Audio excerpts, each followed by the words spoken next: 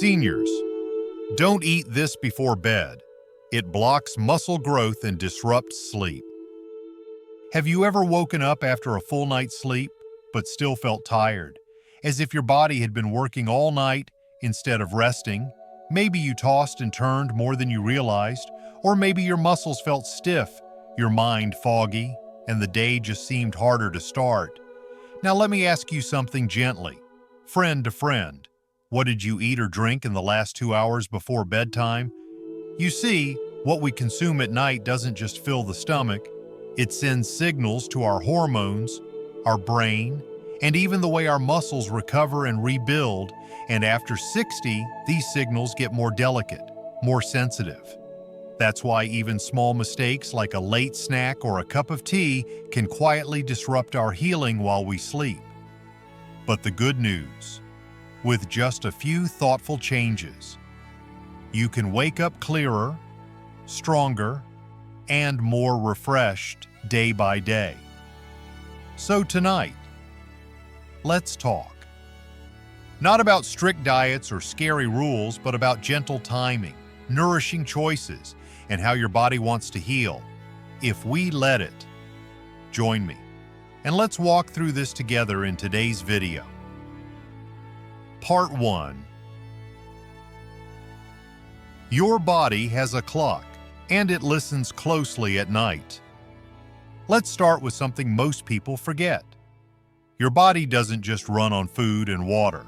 It runs on rhythm, like a symphony. Every cell in your body, your liver, your brain, your muscles has its own schedule, a rhythm, a time to rise, and a time to rest. And do you know what keeps all of these rhythms in tune? It's something called your circadian rhythm, your body's internal clock. And it doesn't just tell you when to sleep, it tells your hormones when to activate. It tells your muscles when to rebuild. It even tells your organs when to clean and reset. But here's the tricky part. This rhythm is sensitive, especially after 60. And late-night eating can throw it completely out of sync. You may not feel it right away, but your cells do. Instead of entering rest mode, your body thinks, wait, are we starting the day again? That confusion. It delays melatonin, it keeps your insulin high, and it interrupts the precious window where growth hormone is supposed to rise and start healing your muscles. Let me give you a picture. Imagine trying to fall asleep while your body thinks it's time to digest a meal, burn sugar, and stay alert. It's like asking your body to clean the house while guests are still arriving. That internal noise, it stops deep sleep from ever fully settling in. If you've ever slept 8 hours but woke up sore, puffy, or foggy, it wasn't your age, it was probably your body's clock, struggling to find its rhythm. But the good news, that clock still listens. And with the right timing, you can gently reset it. So before we talk about specific foods, let's make peace with time. Your best healing happens in rhythm. Let's help your body find that rhythm again. Part 2. How late-night sugar and fat quietly steal your sleep and muscle repair. Now that we've talked about timing, let's talk about what we're putting into our bodies before bed. There's something about nighttime that makes comfort food feel even more tempting, isn't there? After a long day, maybe one filled with stress, aches, or loneliness, grabbing a cookie, some chips, or even a creamy scoop of ice cream can feel like a small act of self-care. And I understand. I truly do. But here's the truth most people don't realize until it's already a pattern.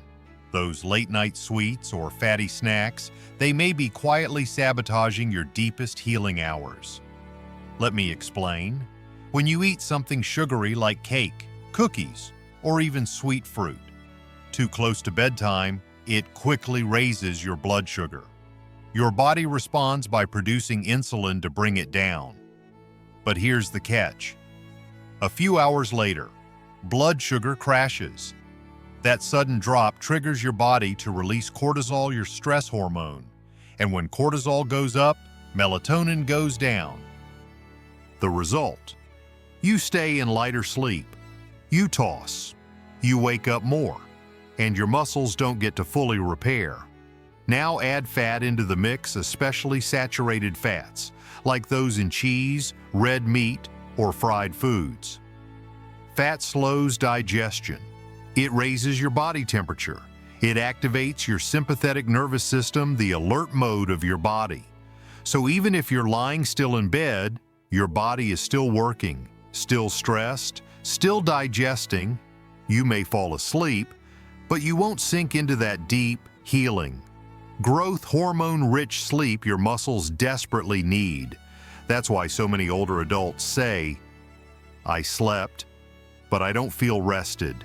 I had dreams all night. My joints still hurt in the morning." It's not just what you ate, it's when you ate it and how your body processed it while you slept. Now, I'm not here to say you can never enjoy your favorite treats, but if you can shift them earlier in the day or choose gentler nighttime options, you give your body something far more precious than dessert. You give it peace. Part 3. Insulin versus growth hormone. A hidden battle in your body at night. There's a quiet battle that happens in your body each night, especially as you sleep. And it's between two powerful forces, insulin and growth hormone. Now, both of these hormones are essential. They each play a unique role in keeping you alive and functioning, but the truth is, they don't like to share the stage. Let's break this down in the simplest way. When you eat especially carbs or protein, your body produces insulin. That's your storage hormone. It tells your cells, let's pack this energy away for later. But during sleep, your body prefers to be in a fasted state. That's when growth hormone steps in. It's your body's repair hormone. It helps build muscle, burn fat, restore tissues, and even clean out cellular waste. Now here's the catch. Insulin blocks growth hormone. That means if you go to bed with elevated insulin, say, after a late meal, your body won't get the full wave of growth hormone it needs to heal.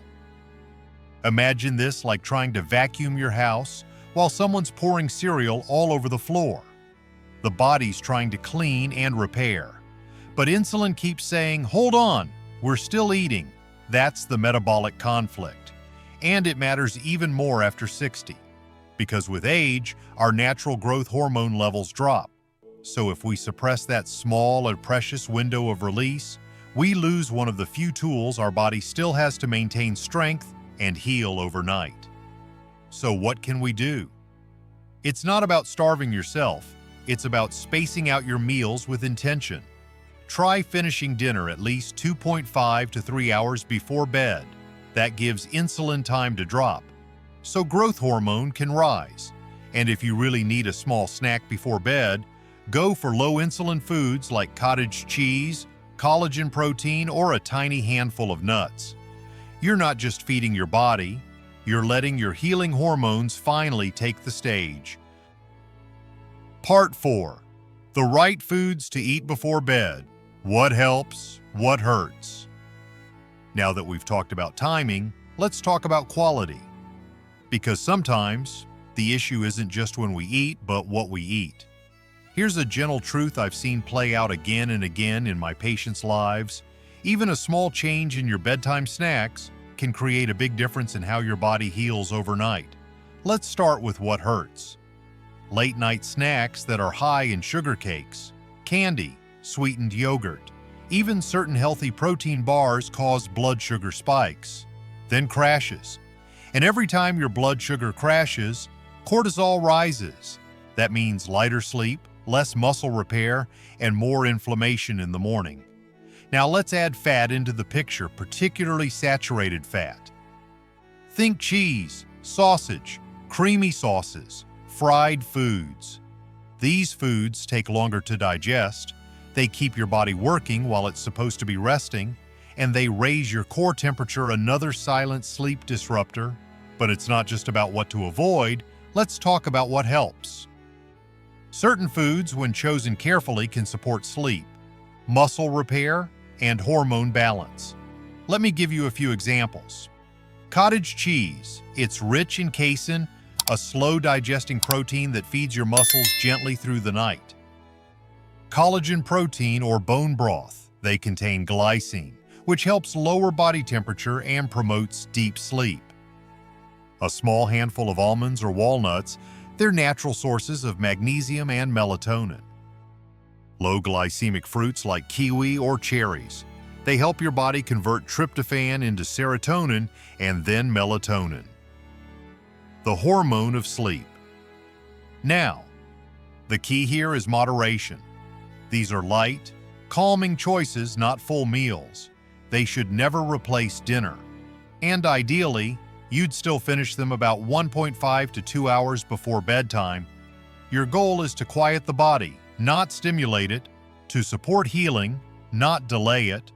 So the next time you feel a little hungry before bed, ask yourself gently, is this food going to help me rest or make my body work harder tonight? That small pause can give your body the rest it's been longing for. Part 5. Caffeine, alcohol, and the sleep killers you didn't know about. Now, we've talked about food, but what about what we drink? You see, sometimes what we sip can be just as disruptive to our sleep as what we eat, if not more. Let's start with something most of us have trusted for decades: caffeine. Whether it's coffee, black tea, green tea, or even a square of dark chocolate, caffeine is hiding in more places than we think. And as we age, our bodies metabolize it more slowly. That means a cup of coffee at 2 p.m. might still be affecting your sleep at 10 p.m. Caffeine doesn't just keep you awake, it blocks adenosine, the molecule that tells your brain, I'm tired. And even if you do fall asleep, caffeine changes your sleep architecture, reducing deep sleep and shortening your time in the healing stages. Now let's talk about alcohol. It's often misunderstood. Many people feel relaxed after a drink or two, and yes, it may help you fall asleep faster. But what happens next is subtle but serious. Alcohol reduces REM sleep, the stage where emotional healing and memory consolidation occur. It raises your core body temperature, and it forces your liver and nervous system to stay active throughout the night, detoxifying instead of resting.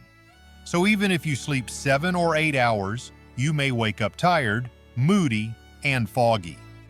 And here's a lesser-known culprit: dark chocolate, energy bars, matcha, green tea, even some sleep supplements and protein powders. Many contain hidden stimulants like theobromine or low doses of caffeine. For sensitive individuals, that's all it takes to derail deep rest. So what's the takeaway? Be kind to your nervous system. Try stopping caffeine by 12 p.m. Avoid alcohol at least 4 hours before bed, and check labels for sneaky stimulants. In the evening, choose calming drinks instead, like chamomile tea, rooibos, or warm bone broth. These aren't just cozy rituals, they're messages to your brain. It's time to let go, time to heal. Part 6. Cool down to power up. The surprising link between body temperature and deep sleep. Let me ask you something gentle, but important. When you lie down at night, does your body feel cool and calm, or a little too warm? Because here's a hidden truth. The cooler you are, the deeper you sleep.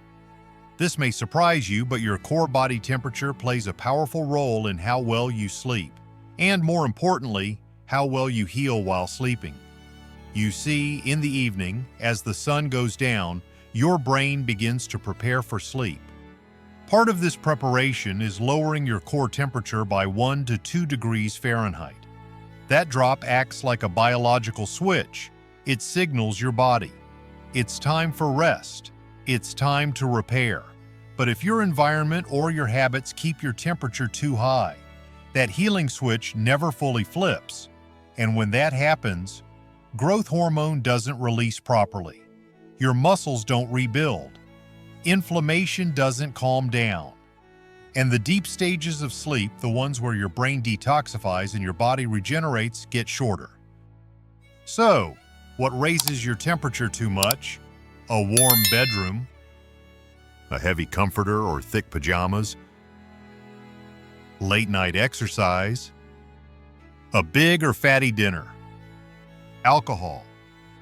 All of these prevent your body from cooling the way it needs to. Now here's the good news. There are simple, science-backed ways to help your body cool down.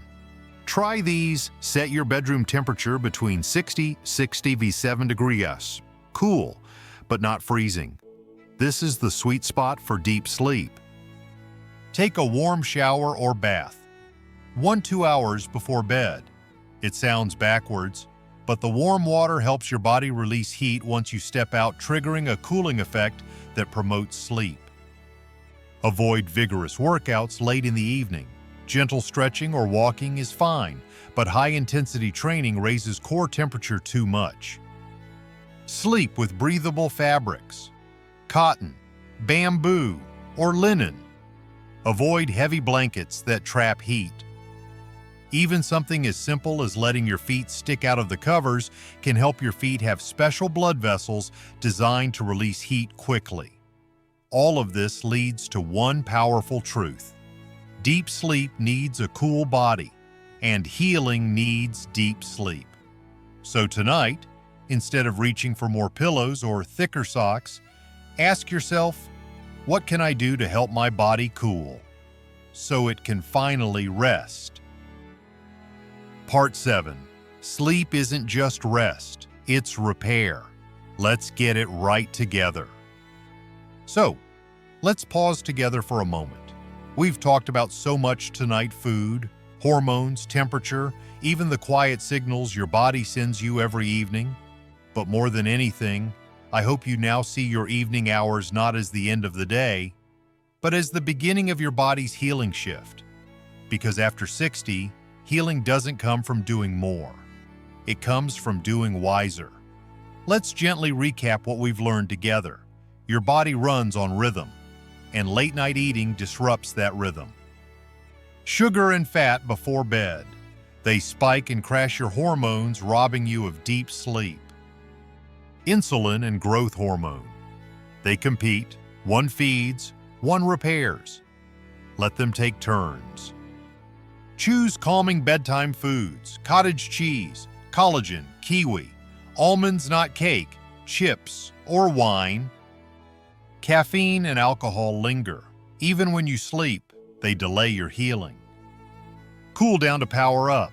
A cooler room, lighter clothes, and a warm shower can transform your rest. Now, here's a gentle challenge for you. For the next 7 nights, try this one simple change. Stop eating at least 2.5 hours before bed. No snacks, no wine, just water or a warm herbal tea. In the morning, write down how you feel. Did you sleep deeper? Wake up lighter? Did your joints feel looser? Your thoughts clearer? That's your body speaking. That's your biology responding. And if you noticed even a small improvement, keep going. Don't wait for perfect. Just begin with better. Because this isn't just about muscle or sleep. It's about reclaiming your quiet strength, one night at a time. If this video helped you feel seen, heard, or understood, share it with a loved one. Tell me in the comments what change you'll be trying first. And if you haven't already, hit that subscribe button so you and I can keep walking this path together toward strength, toward clarity, toward rest that truly heals. Thank you for spending this time with me. Sleep wisely, heal deeply, and I'll see you in the next video.